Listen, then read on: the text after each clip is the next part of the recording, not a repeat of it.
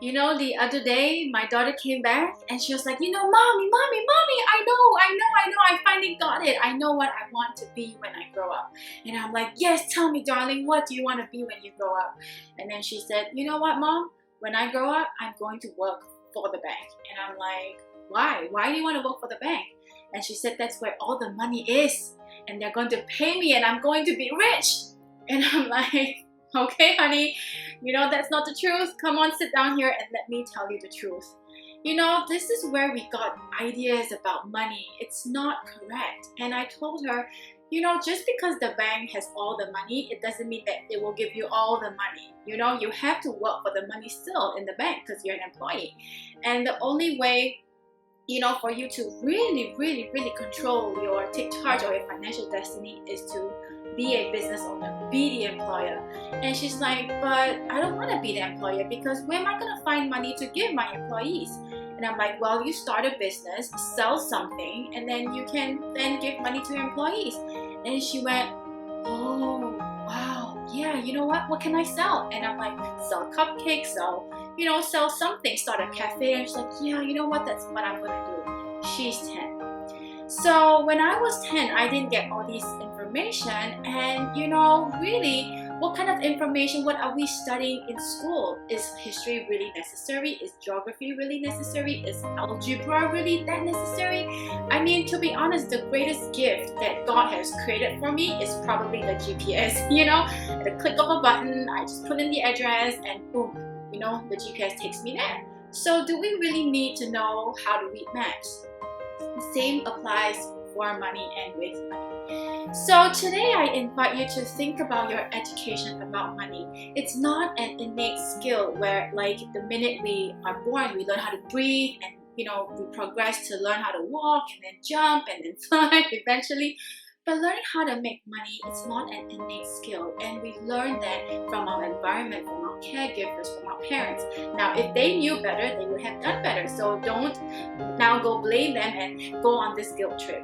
But you as an adult right now can take charge of your financial destiny. You can let go of all those belief systems that do not serve you. Hey, I'm Elisan, and I'm the founder of the Spiritual School of Money.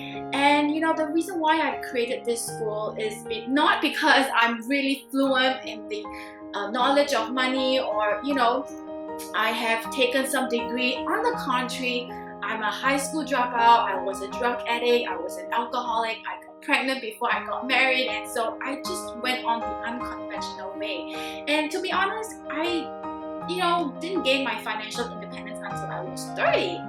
So it's not like I have a lot of knowledge on economics, you call it, if you like, or how the economy works. On the contrary, I learned how to take charge of my own economy so that the external economy does not affect me. Now, I learned this when I was 30. So you can pick this up anytime when you decide to change your financial destiny just like this.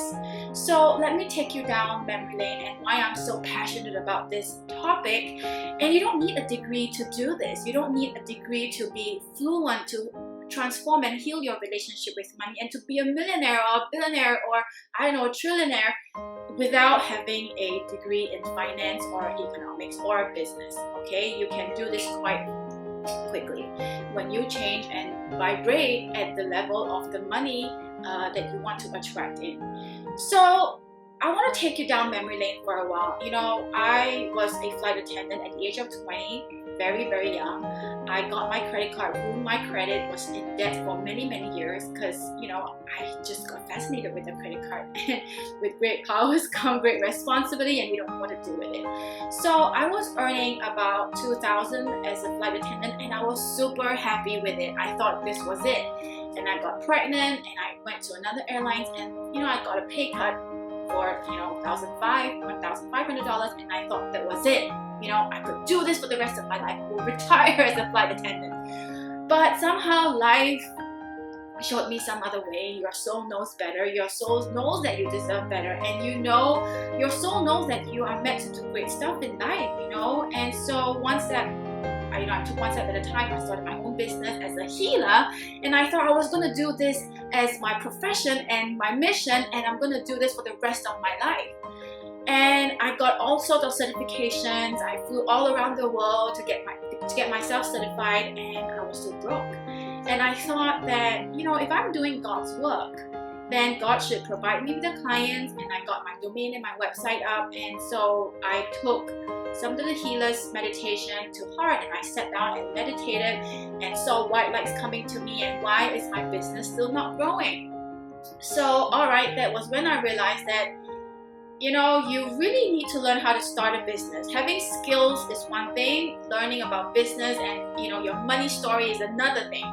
So I took some time off to promote my service, and then well-meaning friends would tell me, if you're doing God's work, you can't really charge for your services. In fact, you have to give it for free. You have to do it for free. And so I took it to heart again, and I was struggling. I was struggling with $30 per hour, sometimes even $10 per hour. Or if I charged $80 an hour, I would let the client extend their time because I felt so bad for charging my services.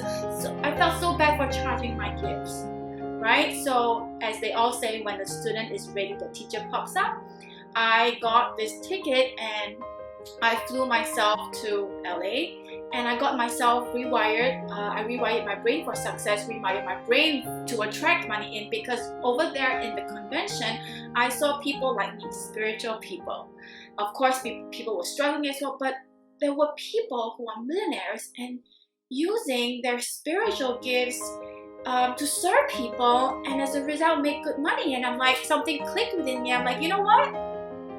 There's something wrong with me then, because clearly they are spiritual and using their gifts to help people, and as a result they created this empire, this legacy. And I'm like, well, I want to do that. So I came back from LA, and I learned, I studied, I read every single book, but still nada. I was still in the same situation. I was very book smart. I knew every law of the universe. I knew every single thing. I was just book smart. You know how it is in school, you study, you regurgitate out and pass, you get the A, right? So I thought it was like this in life.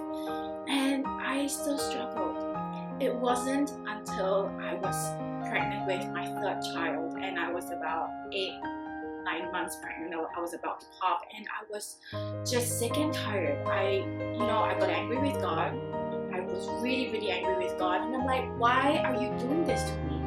All I want is to make enough money to feed myself, not depend on my husband, and just use my gifts that you have blessed me with. And why are you making life so difficult for me?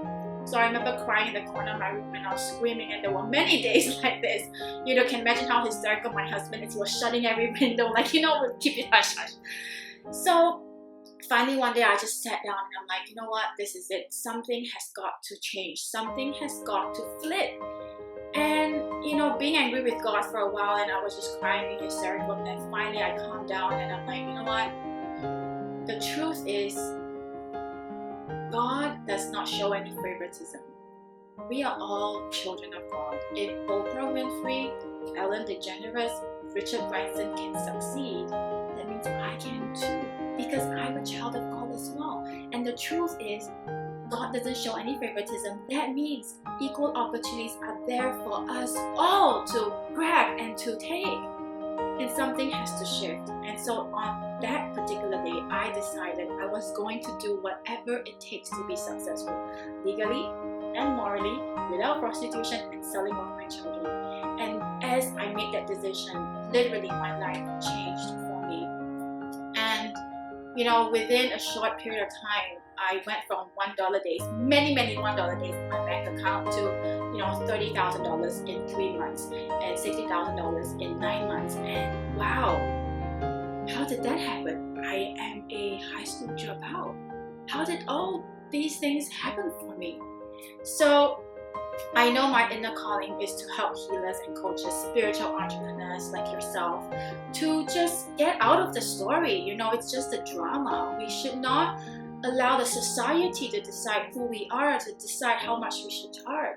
If God has given you the gift and other people are charging $30,000 for 3 months, that means that opportunity is available for you. You have to get over yourself and Just step up, step into that birthright, that abundance that God has given you. Own it. You have to own your power. You have to own your self-worth. If not you, then who? You know, I am not saying that I went from 0 to 30 overnight, 30K overnight. It took me time to develop myself. And you know, there are equal opportunities for everyone, and people want that magic pill. And to be honest, there isn't a magic pill. The magic pill is you. You are looking for you. So many people are unwilling to do that inner work. And you know, you hear people say it all the time, you know, abundance is an inner job. And it is. Why do you want to be a millionaire? I hear this all the time, make 6 figures, make 7 figures, make 8 figures. Why? You know, just because you are a millionaire, your problems do not go away. In fact, it amplifies what you have. So, you know, I hear Tony Robbins say this once, and he said, you know, if you don't have money, when you don't have money and you're not giving money away, you're not going to do it when you have money. You know, when I was struggling so bad last year, and I wanted to donate money, and I really, really wanted to do that. But it's virtually impossible because my business took a 5-step backwards, and I'm back to, again, $1 days in my bank account. And so that pained me so much. Am I going to donate and feed someone else? Or am I going to use that money to feed myself? So that's the dilemma that we face all the time. So if you think that money is evil, or if money can't buy you happiness, you are right. Money is not evil, and money will never buy you happiness because it's not meant to buy you happiness. It's not meant to give you happiness. Money is a tool. Money is a tool to support you in the vision, in the mission, and whatever you want to create in the world. Money is the tool. Now, we have been conditioned to think the other way. We are serving money. You know, that house that we cannot pay off, that car that we cannot afford because we have to put on this facade that to show, and you know, and all that thing. Now, what your journey is between you and God. There's no need to prove that you need this fancy car to boost your ego or anything. No, you don't. So learn to use money to your advantage. You learn to use money to serve you and to support you. And without knowing too much about you, I'm pretty sure your mission, the things that you want to create, the things that you want to buy, is at least $1 million. So why not you? Stop watching other people achieve it. Stop watching other people get what they want, and stop watching other people get their success. It's your time right now. So I am a host of a Facebook group that is, hosting 17,000 members from around the world, and I talk to a lot of women. I talk to a lot of spiritual entrepreneurs just like you, and they too have this mission and they too have this passion, but money's not showing up for them yet. So I know how that feels. I sincerely do. Therefore, I have created this spiritual school of money, and I want to impact and I want to change 10,000 lives. And can you imagine all 10,000 of us collectively raise our standard, raise our abundance mindset? What can we create in this world? Abundance and more abundance. And I truly believe when you step up and raise your own standard and change your own money story, we can change this world in one generation. So I have made this school, this curriculum, this program super affordable so that you cannot blame it on money. We blame it on money all the time. I don't have the money. I do discovery calls, clarity calls all the time, and people always say, I don't have the money, I don't have the money. Really? And you have the money to go buy that Starbucks or buy that $500 pair of shoes, but you don't have money to invest in yourself? So I have made this a really a no-brainer for you to invest in yourself. And together as a community, we can really help ourselves and hold each other accountable. This sisterhood, this community, and let this be this year for you to take a no excuses approach. Take a stand for yourself and raise your standard. If you want to take first class, go for it. Raise your standard. Do that. And stop tolerating what is not in your vibration. Tolerating a story that was told to you that's not even yours to begin with. It's time to change it. I know it's not easy because I've gone through it myself. If I had this community, I would be like, that's it. I didn't have to take so long. 10 years is a pretty long time.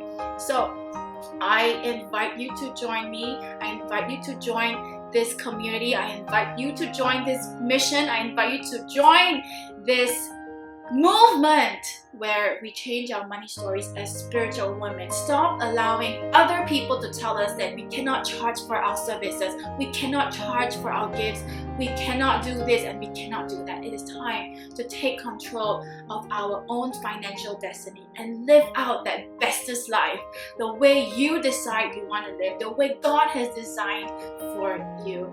Alright, so this is Elisan, and I look forward to serving you and seeing you in the community and changing your money story so that you can do great things in life. Alright, see you soon. Bye.